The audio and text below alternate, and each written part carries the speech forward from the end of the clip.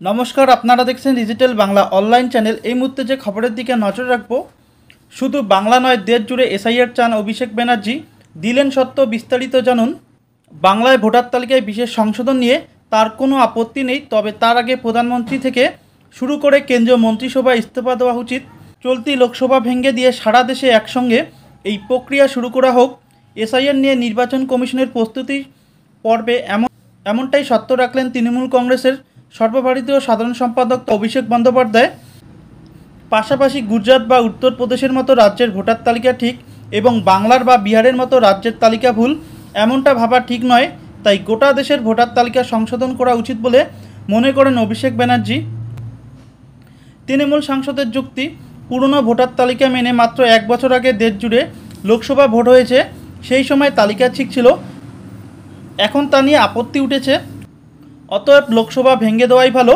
তার কথায় যে ভোটার তালিকার উপর ভর করে নরেন্দ্র মোদী প্রধানমন্ত্রী হলেন, অমিত শাহ কেন্দ্রীয় স্বরাষ্ট্রমন্ত্রী হলেন এবং বিজেপি সরকার গঠন করলো, সেটাই যদি এখন ভুল বলে ধরা হয়, তাহলে কি তাদের নির্বাচনের বৈধতা থাকে?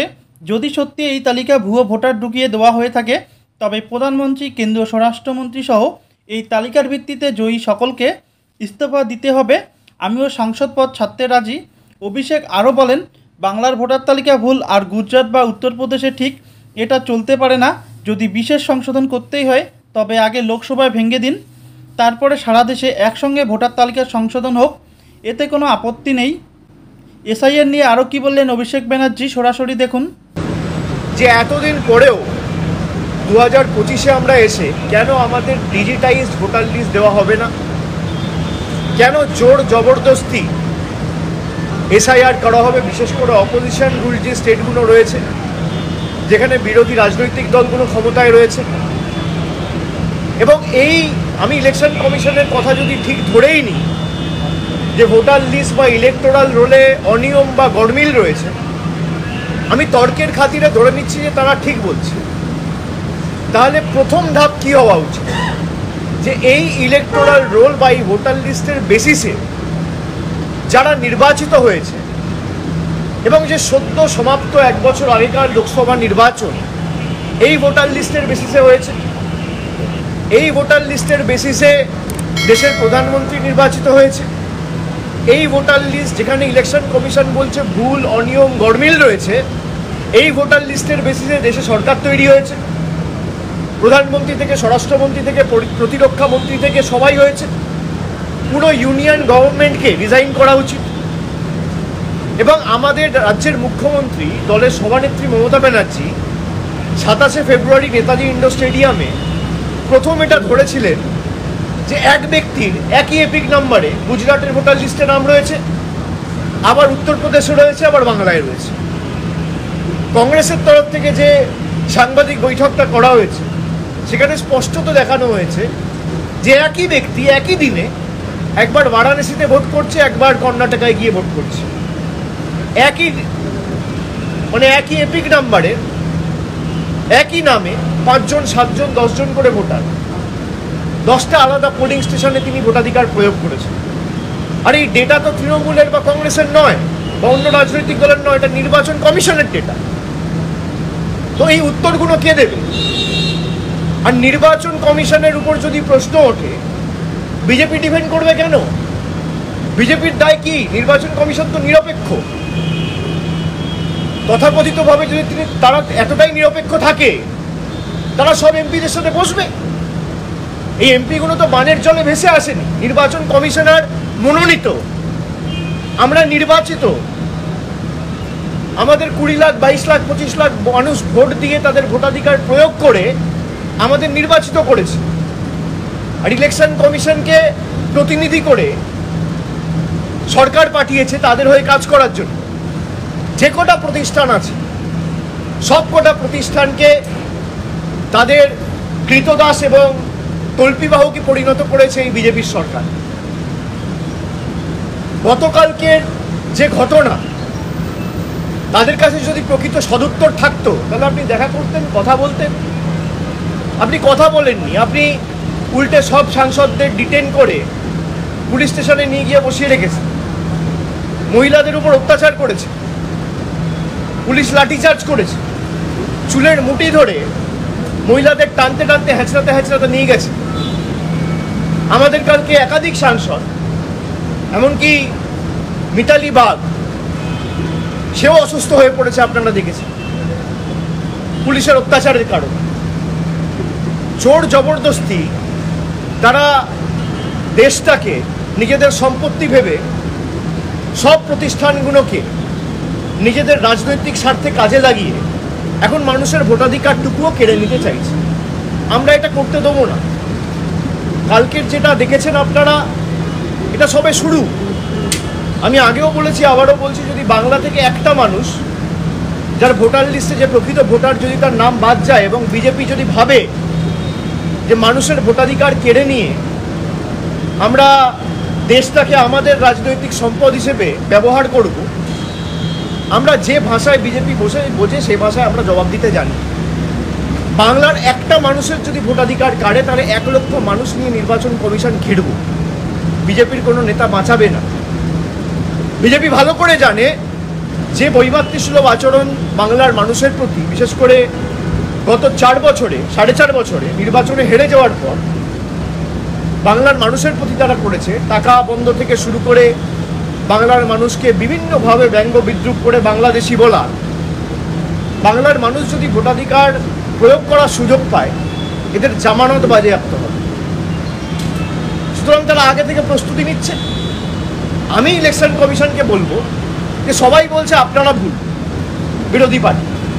আমি ধরে নিলাম তর্কের খাতিরে আপনারা ঠিক। আপনারা যদি ঠিক হন, তাহলে প্রথম পদক্ষেপ যদি এই ভোটার লিস্টে গডমিল থাকে, তাহলে ফার্স্ট স্টেপ শুড বি যে তৎকালীন যিনি চিফ ইলেকশন কমিশনার ছিল রাজীব কুমার, তার বিরুদ্ধে ক্রিমিনাল প্রসিডিং ইনিশিয়েট করা, তার বিরুদ্ধে নির্বাচন কমিশন থেকে এফআইআর করা, যে তার তত্ত্বাবধানে, তার ভিজিলেন্সে, তার সুপারভিশনে যে জেনারেল ইলেকশন 1 বছর আগে হয়েছে, সেখানে যদি ভোটার লিস্টে গডমিল থাকে আর ফেক ভোটার থাকে এবং সত্যি বাংলাদেশি থাকে, তাহলে তার বিরুদ্ধে ক্রিমিনাল প্রসিডিং ইনিশিয়েট করে সেই ভোটার লিস্টের বেসিসে যারা নির্বাচিত হয়েছে সবার পদত্যাগ করা উচিত। এবং তারা যদি পদত্যাগ করে, তাহলে প্রধানমন্ত্রীর পদত্যাগ করা উচিত। এই ভোটার লিস্টের বেসিসেই প্রধানমন্ত্রী, স্বরাষ্ট্রমন্ত্রী নির্বাচিত হয়েছে। এই ভোটার লিস্টের বেসিসেই আগামী দিন উপরাষ্ট্রপতি বা রাষ্ট্রপতি সাংসদদের ভোটে নির্বাচিত হবে। তাহলে পুরোটাই যদি বেনিয়ম বা অনিয়ম বা ভেজাল বা কোনো ফেক নাম থেকে থাকে, তাহলে ফার্স্ট স্টেপ হিসেবে তারা রিজাইন করুক। সারা দেশের মানুষ এসআইআরকে স্বাগত জানাবে। আমি বলছি আপনারা যদি এসআইআর করতে চান, আপনাদের বক্তব্য কি? যে এই ইলেকটোরাল রোলে অনিয়ম রয়েছে, আমরা এসআইআর করতে চাই। আরে এই ইলেকটোরাল রোলের বেসিসেই তো 6 মাস আগে মহারাষ্ট্রে নির্বাচন হয়েছে, আপনার ঝাড়খণ্ডে নির্বাচন হয়েছে, আপনার হরিয়ানায় নির্বাচন হয়েছে। এই ইলেকটোরাল রোলের বেসিসেই তো 2-4টে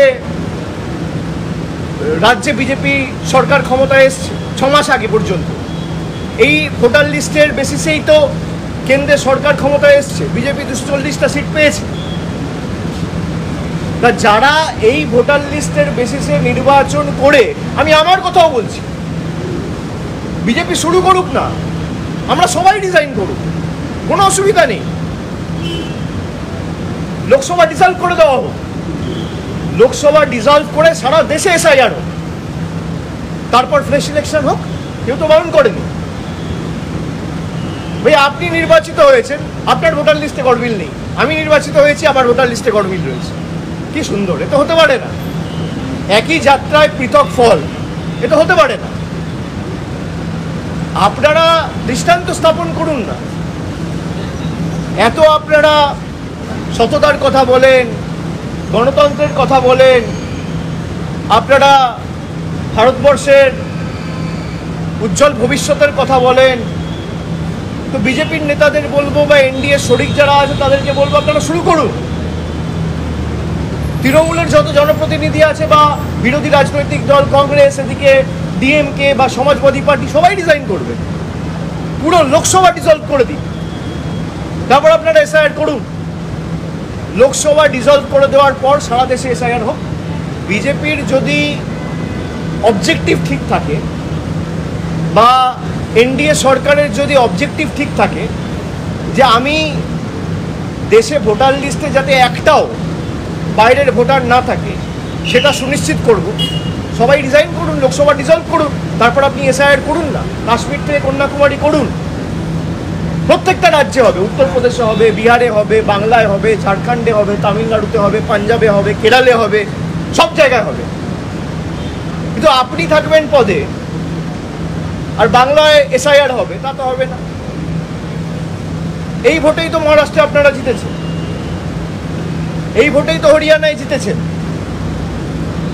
তাহলে আগে তো এই রাজ্য সরকারগুলো পদত্যাগ করা উচিত। ভোটার তালিকায় বিশেষ সংশোধন প্রসঙ্গে সংসদের চলতি বাদল অধিবেশনে দফায় দফায় প্রতিবাদ দেখিয়েছে তৃণমূল কংগ্রেস, সিপিএম, সমাজবাদী পার্টি, ডিএমকে। উদ্ধব ঠাকুরের শিবসেনা, আরজেডি সহ বিরোধী জোটের প্রায় সমস্ত দল সোমবার সকাল 11:30 নাগাদ এসআইআর প্রত্যাহারের দাবিতে নির্বাচন কমিশনের দপ্তর ঘেরাও অভিযানে নামেন। বিরোধী সাংসদরা অভিযানে নেতৃত্ব দেন লোকসভার বিরোধী দলনেতা রাহুল গান্ধী। বিরোধীদের মিছিলকে কেন্দ্র করে উত্তপ্ত হয়ে ওঠে পরিস্থিতি। রাহুল গান্ধী, প্রিয়াঙ্কা গান্ধী সহ বিরোধী সাংসদদের আটক করে পুলিশ। এরপর বুধবার কলকাতা বিমানবন্দরে সাংবাদিকদের মুখোমুখি হয়ে অভিযোগ করেন, গতকাল সাংসদদের যেভাবে আটকানো হলো তা থেকে স্পষ্ট কমিশন ভয় পেয়েছে। শান্তিপূর্ণ মিছিল আটকাতে ব্যারিকেড বসিয়ে ধাক্কাধাক্কি করা হয়েছে। মহিলা সাংসদদের রেহাই দেওয়া হয়নি, তাদের টেনে হিচড়ে থানায় নিয়ে যাওয়া হয়েছে। আমাদের সাংসদ মিতালি বাগ অজ্ঞান হয়ে পড়েছিলেন। তিনি আরও দাবি করেন, একই নম্বরে একাধিক ভোটারের নাম রয়েছে। এটা কোনো রাজনৈতিক দলের তত্ত্ব নয়, নির্বাচন কমিশনের নিজস্ব তত্ত্ব। যদি প্রাক্তন প্রধান নির্বাচন কমিশনের আমলে ভোটার তালিকা বিকৃত হয়ে থাকেন তাহলে তার বিরুদ্ধে ফৌজদারি মামলা হওয়া উচিত, আর সেই তালিকার ভিত্তিতে যারা জয়ী হয়েছেন তাদের পদত্যাগ করতে হবে। অভিষেক ব্যানার্জি আরও হুঁশিয়ারি দিয়ে বলেন, এ তো সবে শুরু। এবার আমরা 1 লক্ষ মানুষকে নিয়ে নির্বাচন কমিশনের দপ্তর ঘেরাও করব। দেশের মানুষের সামনে বিজেপির এই খেলাটা উন্মোচন করব। তৃণমূল নেতার স্পষ্ট বক্তব্য, বাংলার জন্য আলাদা নিয়ম চাপানোর চেষ্টা করা হচ্ছে, আর তার বিরুদ্ধে আক্রমণাত্মক পদ নিয়ে প্রস্তুত শাসক দল। তো অভিষেক ব্যানার্জি বড় মন্তব্য করলেন, শুধু বাংলা নয় দেশ জুড়ে এসআইআর চান অভিষেক ব্যানার্জি। দিলেন সত্য, এসআইআর নিয়ে আপত্তি নেই অভিষেক ব্যানার্জির, তবে এই বিশেষ সংশোধন করতে হলে লোকসভা ভেঙে দেওয়া উচিত বলে মনে করেন অভিষেক ব্যানার্জি। করলেন বড় মন্তব্য। তো আজকের ভিডিওটি এই পর্যন্তই। পরবর্তী কী আপডেট আসছে অবশ্যই আপনাদের জানাবো। ধন্যবাদ।